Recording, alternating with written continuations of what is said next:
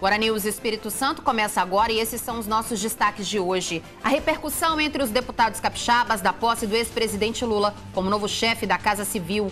Funcionários da ArcelorMittal fazem protesto por causa de mudanças na escala de trabalho e complicam o trânsito em Vitória. Receita Federal realiza operação para combater fraude com títulos falsos do Tesouro Nacional.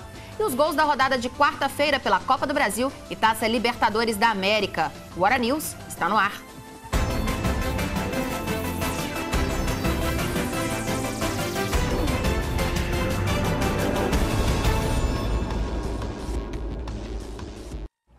Manifestantes ocupam neste momento a terceira ponte em protesto contra a nomeação do ex-presidente Lula como novo ministro-chefe da Casa Civil. As informações com a Priscila Cerqueira.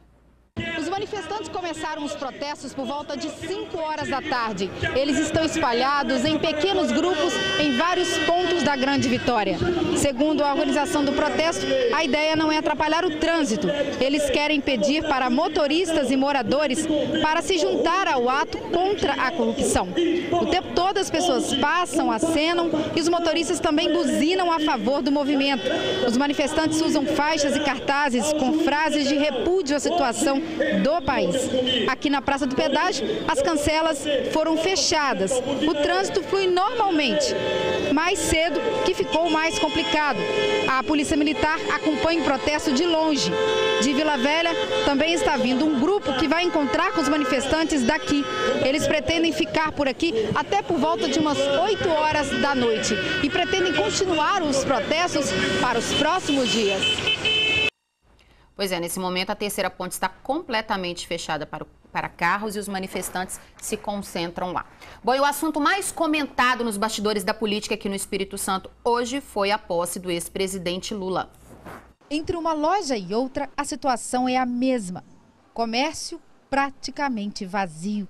Falta gente para comprar. Mesmo que você faça uma propaganda, mesmo que você coloque promoções, mesmo que você coloque assim, a margem de lucro bem mais baixa, né? Mas a gente não consegue trazer o cliente, porque o cliente não tem, no momento também, está passando por momentos difíceis e ele acaba que ele se retrai, né? Bom, agora sim a gente vai assistir a reportagem que fala sobre a posse do presidente Lula, como foi a repercussão entre os deputados aqui do estado. Bom, me parece que a gente, por enquanto, a posse do presidente Lula como chefe da Casa Civil, além de ter sido o assunto mais comentado nos bastidores aqui, também foi alvo aí da Justiça, que pediu que a posse seja suspensa. O governo federal já recorreu dessa decisão, já entrou com recurso, vamos ver aí o que vai acontecer aí nos próximos dias. E a ONG Transparência Capixaba criticou a nomeação do ex-presidente Lula à Casa Civil e vê com preocupação o atual momento político brasileiro. Grave, né? Assim, as pessoas até brincam, falam que foi o ministro mais rápido da história da República, né? Mas, na verdade, não tem graça nenhuma, porque são instituições que deveriam prezar pela responsabilidade, pela probidade, e o que se vê é a nomeação do ex-presidente para se livrar de investigação, ou pelo menos para atrasar essa investigação, né? No momento em que as instituições choram, porque são instituições que estão fazendo trabalho até então responsável, tá? Porque não se tem nenhuma informação de que esse trabalho é partidário ou parcial, pelo contrário. As instituições que não funcionaram direito são outras. Petrobras, Furnas, né, BNDES, são instituições que estão sendo investigadas. Agora, a gente viu, né, e a gente vê nas degravações conversas do ex-presidente querendo intervir junto ao Ministério da Fazenda para acabar com uma investigação da Receita Federal, para que um ministro da Casa Civil intervenha junto ao Supremo Tribunal Federal, e isso é extremamente grave. Assim, a ligação do advogado do ex-presidente sugerindo a ele que assuma um ministério para atrasar a investigação contra ele, isso tudo é grave. Por quê? Porque não existe nada mais sagrado numa república do que as instituições, né? Instituições que passa governante, passa o político, mas elas ficam, né? Então, assim, é importante pesar nesse momento, né? O que é o ex-político, que em princípio ele só é um cidadão e não deveria ter influência nenhuma nas instituições, né? E o que é a instituição, né? Essa instituição, seja a Polícia Federal, o Ministério Público, a Receita Federal a Justiça, que, a bem da verdade, são as únicas instituições que demonstraram estar funcionando nesse país. Então, assim, é importante ter as instituições acima das ideologias partidárias.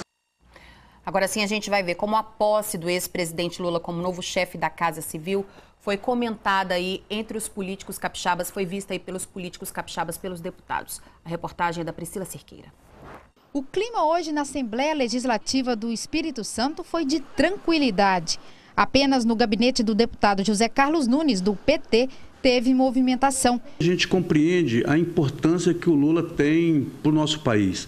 Primeiro, eu tenho certeza e convicção de que ele vai tratar essa questão, né, do parlamento junto com o executivo de maneira bastante diplomática.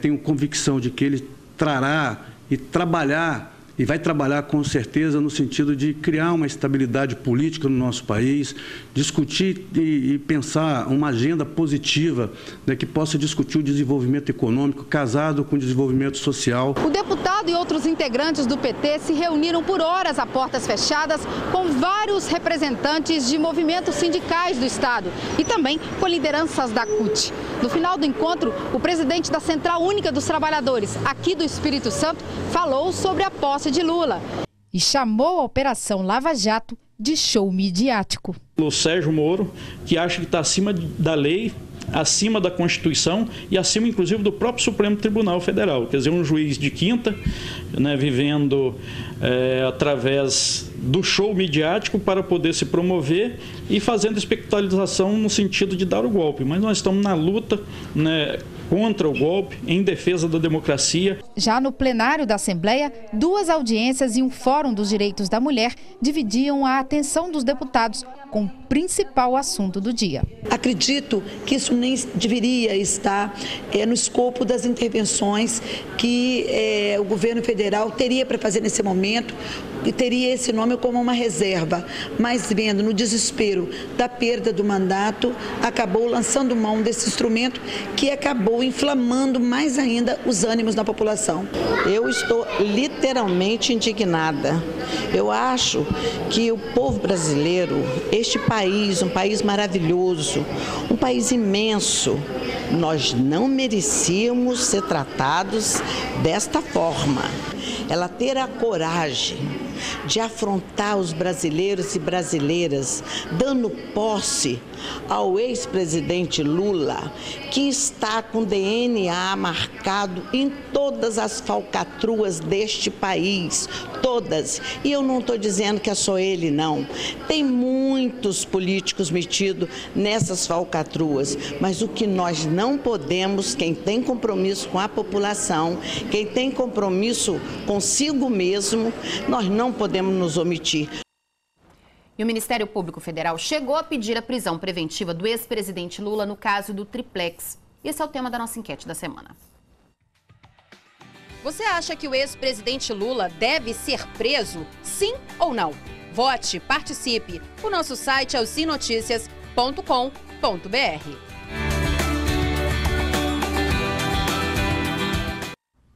E o deputado Evair de Mello vai compor a comissão especial de impeachment da presidente Dilma Rousseff como membro titular pelo PV. Já os deputados Lelo Coimbra, do PMDB, e Paulo Folleto, do PSB, são suplentes de seus partidos. Ainda hoje devem ser eleitos o presidente da comissão e também o relator. Na sexta, a previsão é de sol fraco e chuva ocasional na metade norte capixaba e região serrana. Nas demais áreas do estado, pequena chance de chuva rápida no início do dia e chuva ocasional à noite. Veja as temperaturas.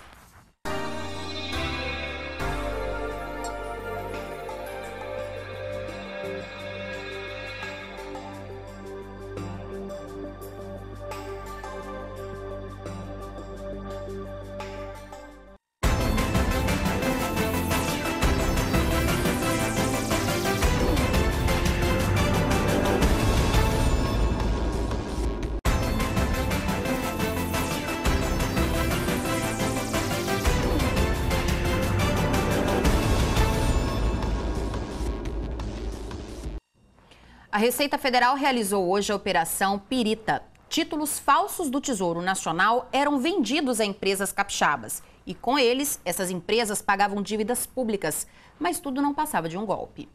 Mais de 200 empresas capixabas estão na mira da Receita Federal. Elas são investigadas pela compra de créditos falsos da dívida pública para o pagamento de tributos. As fraudes começaram a chamar a atenção em 2013. Os títulos eram oferecidos por empresas de consultoria de São Paulo e negociados com preço até 25% menor do que o valor das dívidas das empresas. A empresa que deve, por exemplo, que deva R$100 mil, negocia com esta empresa de consultoria um valor de R$100 mil e por ele paga 75 mil, ou seja, um deságio de 25 mil. Para a empresa que está adquirindo isso se apresenta vantajoso. Mas, na realidade, isso é um engodo, é um embuste, é uma enganação, porque estes créditos não existem, não podem ser opostos ao fisco federal para o pagamento de tributos. De acordo com as investigações, as consultorias recebiam procurações das empresas. Com esses documentos, as declarações originais dos contribuintes junto à Receita eram adulteradas. Os débitos eram zerados, mas, na verdade, as dívidas não haviam sido pagas. A Receita Federal não aceita, por determinação legal, pagamento de tributos com a utilização de qualquer título público ou de supostos créditos junto à Secretaria do Tesouro Nacional. A operação foi batizada de Pirita e faz referência à pedra conhecida como ouro de tolo. A expectativa é recuperar mais de R$100 milhões que deixaram de entrar nos cofres públicos. As empresas envolvidas nas fraudes podem receber multa e até ficar impedidas de participar de licitações. Os responsáveis podem responder criminalmente na Justiça. O delegado não descarta a possibilidade de participação de escritórios de contabilidade nas fraudes e orienta, em caso de dúvida no pagamento de tributos, a melhor saída é procurar a Receita Federal. Eu gostaria de deixar um alerta aos empresários, de modo especial aos pequenos e médios empresários que sabemos não possuírem, em geral, assessoria jurídica ou contábil o tempo inteiro, que lhes possa acautelar sobre essas fraudes. Em se tendo dúvida ou se recebendo qualquer proposta acerca do que estamos aqui falando, procurem a Receita Federal para ter a melhor orientação. Na página da Receita Federal, na página da Secretaria do Tesouro Nacional, da Procuradoria da Fazenda Nacional, há uma cartilha intitulada Cartilha Antifraude, com títulos públicos antigos, que se presta ao esclarecimento exaustivo ao contribuinte relativamente a essas fraudes perpetradas aí pelo Brasil e que aqui no estado do Espírito Santo teve um incremento nos últimos tempos. Novos números da dengue foram divulgados hoje. Subiu o número de mortes por causa da doença. 7 já foram confirmadas. Outros 17 óbitos ainda estão sob investigação. Em todo o estado, foram notificados 27.030 casos da doença de janeiro até agora. Funcionários da ArcelorMittal fizeram um protesto hoje por causa de mudanças na escala de trabalho. A manifestação deixou o trânsito complicado em vários pontos de Vitória. O protesto começou por volta das 6 horas da manhã, na entrada da ArcelorMittal Tubarão, na Serra. Dezenas de funcionários de folga participaram da carreata. Em velocidade reduzida, eles seguiram pela Avenida Norte-Sul e pela Adalberto Simão Nader até o Ministério Público do Trabalho. O trânsito ficou lento. Os manifestantes querem a manutenção da escala de trabalho definida em assembleia organizada pelo sindicato, com mais de 90% de aprovação. Segundo eles, a escala foi alterada pelo Ministério Público do Trabalho, com apoio de uma decisão liminar da Justiça, sem qualquer explicação. A escala que o promotor quer que a gente siga, ela nos faz ficar constantemente na empresa, 1 dia e meio de folga, porque você sai de uma noite, você perde, né, descansando, dormindo, e você está em 1 dia de folga. Essa escala atual que nós temos, nós descansamos 1 dia e temos mais 3 dias para resolver o que tivemos que resolver, para passear com nossas famílias. Então nós merecemos ser ouvidos nessa causa. A nossa escala 4x4, como o meu colega de trabalho aqui falou, a gente tem mais tempo com a família, tem mais tempo para descansar. E essa escala que o Ministério Público quer colocar para a gente, de 6x2, a gente não tem descanso, a gente trabalha mais e não tem tempo com a família nenhum, sempre dentro da empresa. E não é só isso. Se a nova escala proposta pelo Ministério Público do Trabalho for colocada em prática, 400 funcionários diretos e indiretos correm o risco de ser demitidos. Aproximadamente 400 pessoas foram contratadas para a implantação dessa escala. Porque durante a jornada de trabalho, todo trabalhador ele tem direito a 2 horas de descanso. E esse descanso é realizado em salas com ar-condicionado, com televisão um luxo. E nós contratamos essas pessoas para ser folgadores durante o horário de trabalho. Com essa nova escala que vai ter que ser implantada, nós vamos ter que desligar essas pessoas, porque nós não vamos ficar com pessoas sobrando num momento de crise desse. O protesto contou com o apoio da Polícia Militar e da Guarda Municipal de Vitória. Os manifestantes chegaram a bloquear o trânsito várias vezes. Muitos motoristas ficaram insatisfeitos e teve até bate-boca. Eu quero trabalhar e eles estão me impedindo de trabalhar, entendeu? Todo mundo precisa, todo mundo tem que protestar. Mas a gente tem que protestar com atenção, que nem o rapaz ali foi me dar um tapa, foi me agredir, isso está errado. O Ministério Público do Trabalho disse em nota que cumpre uma decisão judicial e que se reuniu na tarde de hoje com funcionários da Arcelor. A seguir, os gols da rodada de quarta-feira pela Taça Libertadores da América e pela Copa do Brasil. A gente volta já.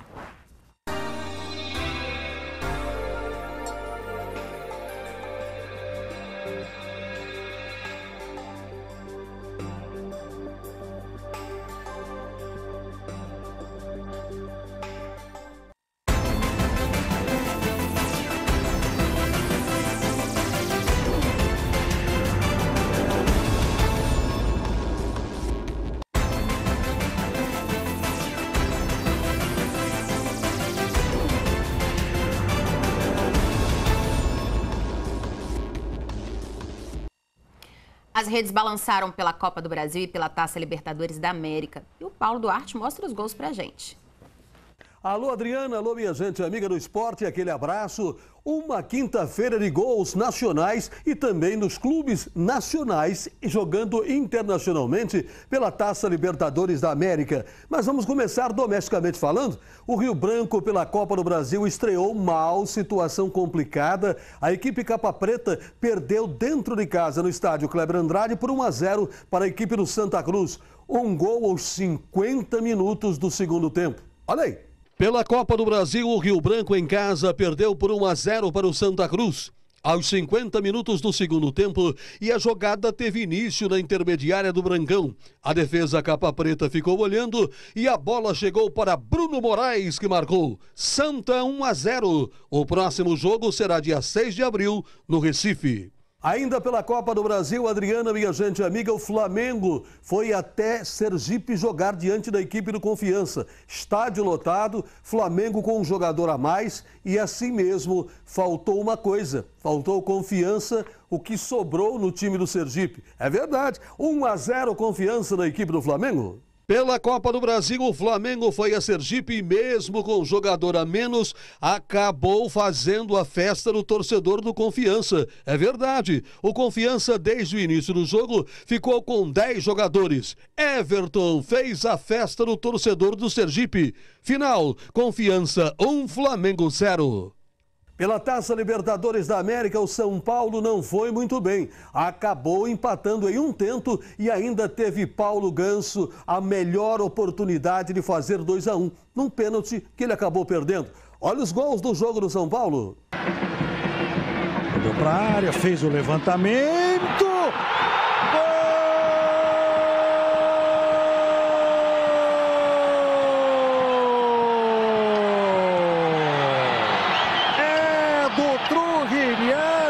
Rojas estava procurando o jogo ali com o Thiago Mendes, ele fez o levantamento, Ganso bateu! Gol!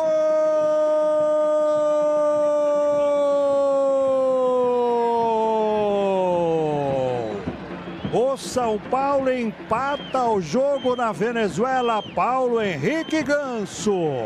No estádio Independência, a equipe do Galo Mineiro não tomou conhecimento do Colo-Colo. Fez a festa da torcida lá na Toca do Coelho. Atlético Mineiro, 3-0. Pelo meio, Patrick, mais uma vez começando como titular. Ele arrancou, tocou para o Luan, de longe, tentou, bateu para o gol, sobrou, Patrick, Caçares, limpou, bateu, toca a música, é gol do Galo!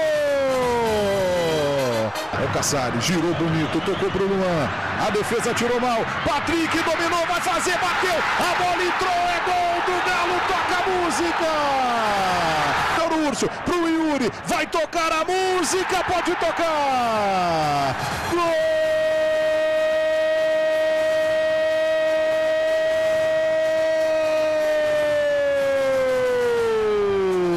Enquanto isto, o torcedor corintiano que andava aí com a pulga atrás da orelha deu aquele ufa-ufa, que alívio. O Corinthians pela Libertadores venceu o Cerro Porteño por 2-0 e ainda teve um zagueiro amigo, olha aí.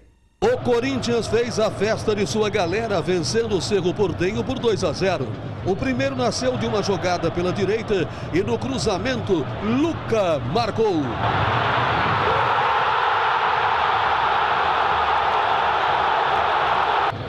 O segundo, fechando a conta, veio de um cruzamento na esquerda e o zagueiro do Cerro Porteño, tentando tirar, acabou marcando contra. Final, Corinthians 2, Cerro Porteño 0.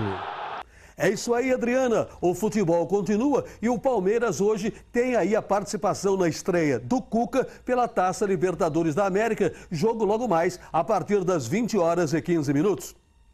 Um abraço, Adriana. Um abraço, minha gente amiga do esporte. Obrigada, Paulo. Bom, o Hora News termina aqui. Mais notícias você acompanha no nosso portal sinoticias.com.br. Uma ótima noite para você. Record News, a líder em notícias.